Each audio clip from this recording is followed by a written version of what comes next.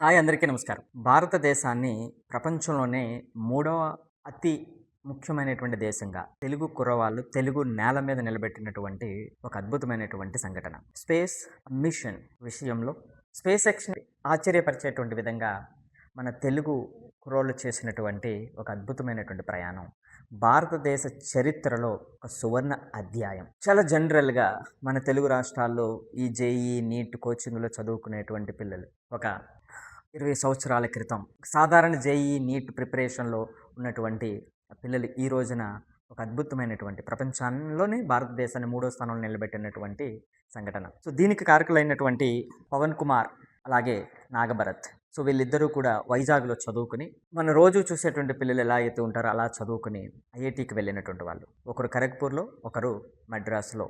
ఎప్పుడూ జనరల్‌గా ఆలోచించేటువంటి parents computer science engineer చదవాలి, అది మాత్రమే భవిష్యత్తు అని 90% పేరెంట్స్ ఐఐటీకి విషయంలో కానివ్వండి, ఇంజనీరింగ్ చదివించేటువంటి విషయంలో చాలామంది అనుకునేటువంటిది. వీళ్ళిద్దరూ ఒకరు చదివినటువంటిది మెకానికల్ ఇంజనీర్, మరొకరిది ఎలక్ట్రికల్ అండ్ ఎలక్ట్రానిక్స్ ఇంజనీర్ అనుకుంటా. సో, మరి కానీ ముందే వారి యొక్క పాత్ని డిసైడ్ చేసుకుని బయట ఉన్నటువంటి అట్రాక్షన్ని పట్టించుకోకుండా మన గమ్యం ఏమిటి అనేటువంటిది డిసైడ్ అయ్యి ఇస్రోలో జాబ్ చేయాల్సిందే, ఇస్రోలో జాయిన్ అవ్వాల్సిందే, అక్కడ ఎక్స్పర్టీస్ సంపాదించుకోవాలి అనేటువంటి కృత నిశ్చయంతో చిన్న వయసు వెళ్ళినటువంటి వాళ్ళు ఈ రోజున ప్రపంచం అబ్బురపరిచేటువంటి విజయాన్ని సాధించారు. జనరల్గా ఇస్రోలో ప్రయోగాలంటే తల మెరిసినటువంటి ఎంతో ఎక్స్పీరియన్స్ ఉన్నటువంటి శాస్త్రవేత్తలు చేసేటువంటి ప్రయోగాలు మనం ఇప్పటి వరకు విన్నాం. 3-4 దశాబ్దాలు విశేషమైనటువంటి అనుభవం ఉన్నటువంటి వ్యక్తులు చేసేటువంటి ప్రయోగాలను మాత్రమే ఇప్పటి వరకు మనం విన్నాం. అలా కాకుండా కేవలం 6 సంవత్సరాలు ఇస్రోలో ఎక్స్పీరియన్స్తో ఆ తర్వాత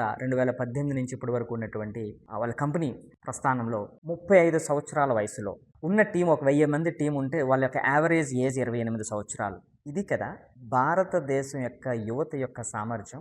ఇది కదా వాళ్ళకి సరైనటువంటి ఆలోచన ఇవ్వగలిగినప్పుడు చేసేటువంటి అద్భుతాలు. ఇది కదా భారతదేశాన్ని తన కాళ్ళ మీద తను నిలబడేట్టుగా ఏదైతే డెమోగ్రాఫిక్ డివిడెండ్ అని ఏదైతే అంటామో అది ప్రపంచంలోనే భారతదేశాన్ని ప్రపంచంలోనే మొదటి స్థాయికి తీసుకెళ్లేటువంటి అద్భుతమైనటువంటి ఆపర్చునిటీ అని మనం చెబుతూ ఉంటారు కదా మన నాయకులంతా కూడా. సో, ఇలాంటివి కదా జరగాల్సినటువంటివి. ఇండిజీనియస్గా స్వదేశీ పరిజ్ఞానంతో పూర్తిగా నిర్మించినటువంటి కేవలం ఒక 1000 మంది టీము భారతదేశాన్ని ఈ స్థాయికి తీసుకెళ్లినటువంటి సంఘటన నిజంగా అద్భుతం. ఖచ్చితంగా ఈ సంఘటన తాలూకా వాళ్ళ యొక్క ఎక్స్పీరియన్సెస్ని మనం ప్రతి స్కూల్లో రాబోయేటువంటి రోజుల్లో కనీసం ఒక 5-10 నిమిషాల పాటు ఈ యొక్క ఎక్స్పీరియన్స్ని మనం పిల్లలకి చూపించాల్సినటువంటి అవసరం ఉందా లేదా కామెంట్ చేయండి. పవన్ కుమార్ కోఫౌండర్ ఎవరైతే ఉన్నారో ఈ స్కై రూట్స్ అనేటువంటి కోఫౌండర్, ఆయన తన ఇంటర్వ్యూస్లో చెప్పారు, 7th వరకు కూడా మ్యాథ్స్, సైన్స్ అంటే నాకు ఇబ్బందిగా ఉండేది, కొంచెం ఇబ్బంది పడుతూ ఉండేటువంటి వాడిని, చాలా యావరేజ్గా, బిలో యావరేజ్గా నేను క్లాస్లో ఉండేవాడిని. 8th వరకు కూడా. 9thలో మా నాన్నగారు స్కూల్ మార్చారు. మార్చిన తరువాత అంటే అప్పటికి ముందు ఫౌండేషన్ క్లాసెస్ అని కొంచెం అటెండ్ అవ్వడంతో వాళ్ళు ఏం చేశారంటే ఎక్స్ట్రా సిలబస్ అంటే 7thలో 8thలో 9th సిలబస్ చెప్పారు. నాకు పెద్దగా అర్థం కాకపోయినా సరే కొంత ఆలోచన వాటి మీద అవగాహన ఉండటంతో నేను ఎప్పుడైతే స్కూల్ మారిన తర్వాత అక్కడ వీటి గురించి తెలుసు కాబట్టి కొంత స్పందించడం మొదలుపెట్టాను. 2-3 క్వశ్చన్స్కి నేను ఆన్సర్ చేసినప్పుడు టీచర్స్ యొక్క అటెన్షన్ అన్నీ కూడా నా మీదకి వచ్చింది. ఎప్పుడైతే నా మీదకి వచ్చిందో ఆటోమేటిక్గా నేను బాగా చేస్తున్నాను అనేటువంటి ఒక పాజిటివ్ ఇంప్రెషన్ టీచర్స్ ద్వారా నా మీదకి రావడంతో నిజంగా అప్పటి నుంచి నేను కూడా నమ్మటం మొదలుపెట్టాను. సో, వాళ్ళ అటెన్షన్, వాళ్ళ నమ్మకం నన్ను మరింత వర్క్ చేయడానికి ప్రయత్నించి నేను 11th, 12thకి వచ్చేటప్పటికి చాలా ఇంటెన్స్ వర్క్ చేయటానికి అవకాశం ఏర్పడింది. సో, ద్వారా 12thకి వెళ్ళేటప్పటికి 12th అయిన తర్వాత ఫస్ట్ అటెంప్ట్లోనే జేఈఈ ర్యాంక్ని నేను సాధించడం జరిగింది అని ఆయన ఇంటర్వ్యూలో చెప్పడం జరిగింది.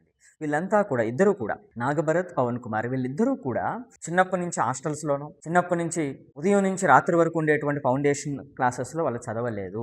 సో, సిబిఎస్ఈ స్కూల్స్లోనే చదివినట్టుగా వాళ్ళ యొక్క ఇంటర్వ్యూ ద్వారా చెప్పినటువంటి విషయం. సో, అక్కడికి వెళ్ళిన తర్వాత అందరూ చేసేది మనం కాదు, ఏదో ఒక ప్రాబ్లంకి సొల్యూషన్ మనం కనిపెట్టాలని ఆ ఎంటర్‌ప్రెన్యూర్ మైండ్ సెట్ని డెవలప్ చేసుకోవడం అనేటువంటిది ఒక పెద్ద పునాది జరిగింది.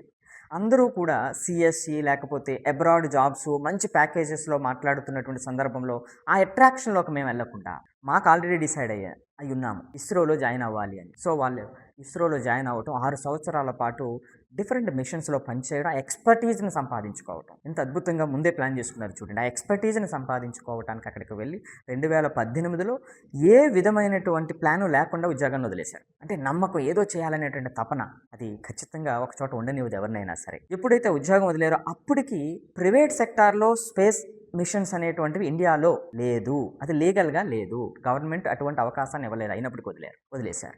ఒక పక్క వాళ్ళు చదువుకునేటువంటి టైంలో ఫ్లిప్కార్ట్ లాంటి స్టార్టప్స్, అదే సందర్భంలో స్పేస్ ఎక్స్, ఎలాన్ మస్క్కి సంబంధించినటువంటి ఈటి ఇన్స్పిరేషన్తో ఏదో చేయాలనేటువంటి తపన 2018 మొదలుపెట్టిన తర్వాత వెంటనే కోవిడ్ రావటం, వాళ్ళ యొక్క ప్లాన్స్ అన్నింటినీ కూడా స్కాటర్ చేయటం. లక్కీగా 2020లో గవర్నమెంట్ ప్రైవేట్ సెక్టార్లో స్పేస్ మిషన్ని అలౌ చేయటం అదొక పెద్ద టర్నింగ్ పాయింట్. సో ఆ తరువాత ఈ కొద్ది సంవత్సరాలలోనే వీళ్ళు చేసినటువంటి అద్భుతం భారతదేశంలో స్పేస్ జర్నీకి సంబంధించి సువర్ణ అధ్యాయాలతో లిఖించేటువంటి మొదటి స్టెప్ని వేయటం జరిగింది. అందుకే వాళ్ళ మిషన్స్కి ఆగమన అనేటువంటి నామకరణం కూడా చేశారు. ప్రైమ్ మినిస్టర్ మోడీ కూడా ఒక 8 నిమిషాల పాటు ఫోన్లో మాట్లాడి అభినందించడం జరిగింది.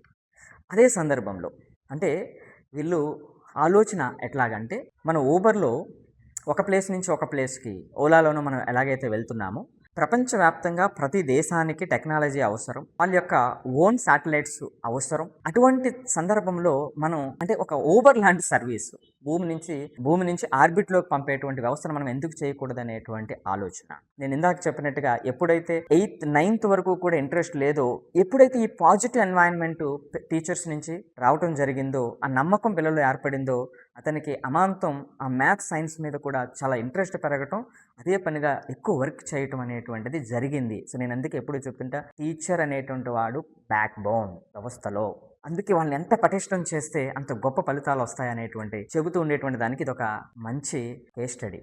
సో ఇప్పుడు ఇది ఎందుకు ఆగమను అంటే, ఫస్ట్ స్టెప్ అని నేను ఎందుకు అంటున్నానంటే, వీళ్ళ ఆలోచన చాలా చిన్న ఆలోచన కాదు. అదే సందర్భంలో ఇప్పటికి ఆల్రెడీ బిలియన్ డాలర్ కంపెనీ అయింది. రాబోయేటువంటి అతి తక్కువ రోజుల్లోనే 1,00,000 కోట్ల కంపెనీ అవుతుంది. చాలా వెనువెంటనే అయ్యేటువంటి అవకాశం ఉంటుంది దీనికి, రైట్? సో ఆ విధంగా వీళ్ళు సృష్టించేటువంటి సంపద భారతదేశాన్ని మరింత ముందుకు తీసుకెళ్లేటువంటి దాంట్లో ఏ విధమైనటువంటి అనుమానం లేదు. ఎందుకంటే వీళ్ళు ఆలోచన ఏమిటంటే, శాటిలైట్ సర్వీసెస్ రాబోయేటువంటి రోజులు. శాటిలైట్ సర్వీసెస్ అంటే శాటిలైట్స్ ప్రతి దేశం పంపుతున్నాయి. అక్కడ ఆర్బిట్లో ఉన్న తర్వాత బిలియన్ డాలర్స్తో పంపినటువంటి శాటిలైట్ పనిచేయకపోయినా, వాటిలో సాంకేతిక ఇబ్బందులు ఎదురైనా రిపేర్ ఎవరు చేయాలి, రైట్? ఒక ఏసీని బాగు చేయాలి అంటే టెక్నీషియన్స్ ఎలా అయితే ఉంటారో, ఆ విధంగా ఈ శాటిలైట్ సర్వీసెస్, వాటికి సర్వీస్ అనేటువంటిది మరొక అద్భుతమైనటువంటి సర్వీస్ వీళ్ళు ఉన్నటువంటి ఆలోచనలో ఉన్నటువంటిది. నెక్స్ట్, ఈ శాటిలైట్స్ పాడైపోయిన తర్వాత డెబ్రీస్ ఉంటాయి, మరి దాన్ని క్లీనింగ్ ఎలా చేయాలి, ఎవరు ఆలోచించరు కదా.